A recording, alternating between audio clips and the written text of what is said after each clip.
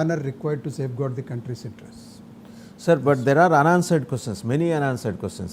ఏంటి ఏ అంగీకారానికి వచ్చి ఈ కాల్పుల విరమణ ఒప్పందం మీద పరస్పరం వాళ్ళు ఫోన్లో మాట్లాడేసుకొని డెసిషన్ తీసుకున్నారు? ఒకటి.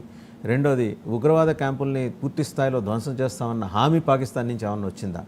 మూడు, most wanted terrorist from Pakistan land General Asim Munir and Hafiz Saeed, అలాగే మసూద్ అజహర్, వీళ్ళు మనకేమన్నా అప్పగిస్తున్నారా? అండ్ దావూద్ ఇబ్రాహిం అక్కడే ఉన్నాడు.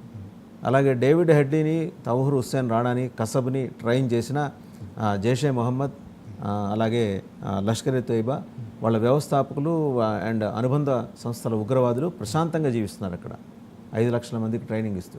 వాటి సంగతి ఏంటి? కనీసం వాటి మీద ఒక డైలాగ్ లేకుండా సీజ్ ఫైర్ నేను ప్రపోజ్ చేస్తున్నాను, మీరు వెంబడే సంతకం పెట్టేయండి. వాట్ ఈస్ అంటే సార్, ఇవాళ రేపు సోషల్ మీడియాలో ఏంటంటే సార్, 10వ తరగతి పిల్లాడు కూడా అడుగుతున్నాడండి, గవర్నమెంట్ ఈజ్ అకౌంటబుల్.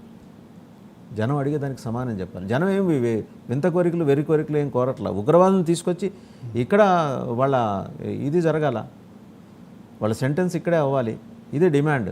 అసలు ఏమీ లేదు. నిన్నటిదాకా కాల్పులు జరిపేసుకొని సాయంత్రానికి మేము సంతకాలు చేసుకున్నామంటే వార్డర్లో ఉంటున్న ప్రజలు వాళ్ళు ఏమన్నా ఎర్రోళ్ళ? బట్ నా ఉద్దేశంలో వాసుదేవన్ గారు, లోపల ఏం జరిగిందనేది మనకు ఎవరికి తెలియదు. But one good thing that happened is that we have not lied low. ఇది సీజ్ ఫైర్ అనౌన్స్మెంట్ అయిన తర్వాత కూడా మన foreign secretary he made a statement that they have violated the. ఒకసారి అది కూడా చూద్దాం సార్, రెండూ చూద్దామండి. ముందర ఏం మాట్లాడాడు, తర్వాత ఏం మాట్లాడాడు చూడండి. PCR. Good evening, ladies and gentlemen. I have a very brief statement to make. Following that, as you know, there will be a briefing by my colleagues from the military. The Director General of Military Operations of Pakistan called the Director General of Military Operations of India at 15:35 hours earlier this afternoon.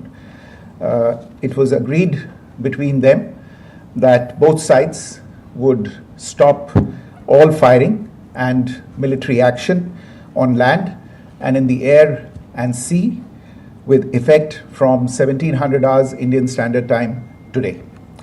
Instructions have been given on both sides to give effect to this understanding.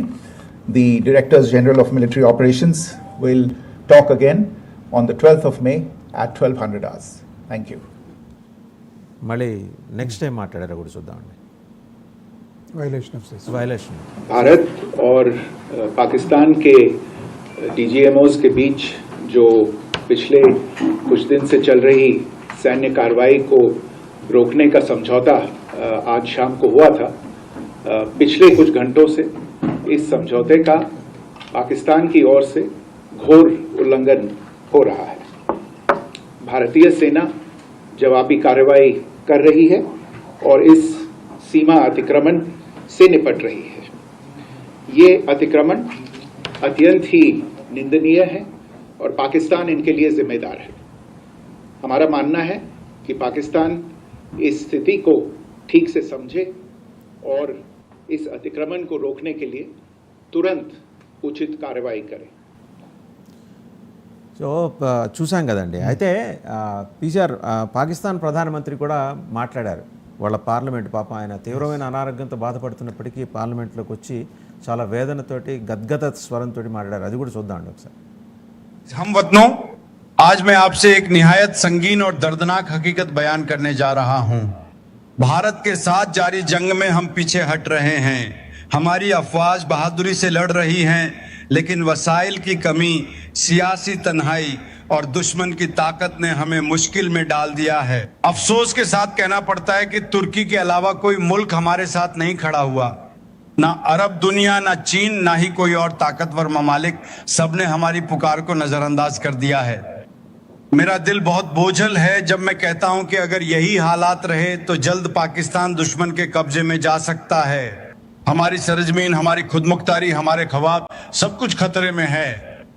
मैं अपने तमाम हमवतन से दरख्वास्त करता हूं ये वक्त मायूसी का नहीं है, ये वक्त है अपने आखिरी पाकिस्तान को बचाने का, ये वक्त है कुर्बानी देने का। हम झुकेंगे नहीं, हम रुकेंगे नहीं। अगर हम सब एक हो जाएं तो कोई ताकत पाकिस्तान को मिटा नहीं सकती। पाकिस्तान जिंदा रहेगा अगर हम उसका दिफा पूरी जान से करें। अल्लाह हमारे साथ हो। సో అదండి ఆయన మాట్లాడింది, అల్లా హమారే సాత్ హో అంటే మేము ఉగ్రవాద కార్యకలాపాలకు పాల్పడతాం, అల్లా మా వెంబడే ఉంటాడు. ఏమన్నా అర్థం ఉందండి? ఈ trying to connect to unconnectable things. దేవుడు ఉగ్రవాదాన్ని ప్రోత్సహించడు, ఉగ్రవాదాన్ని ప్రేరేపించడు, ఈ ఉగ్రవాదం చేయమని చెప్పడు.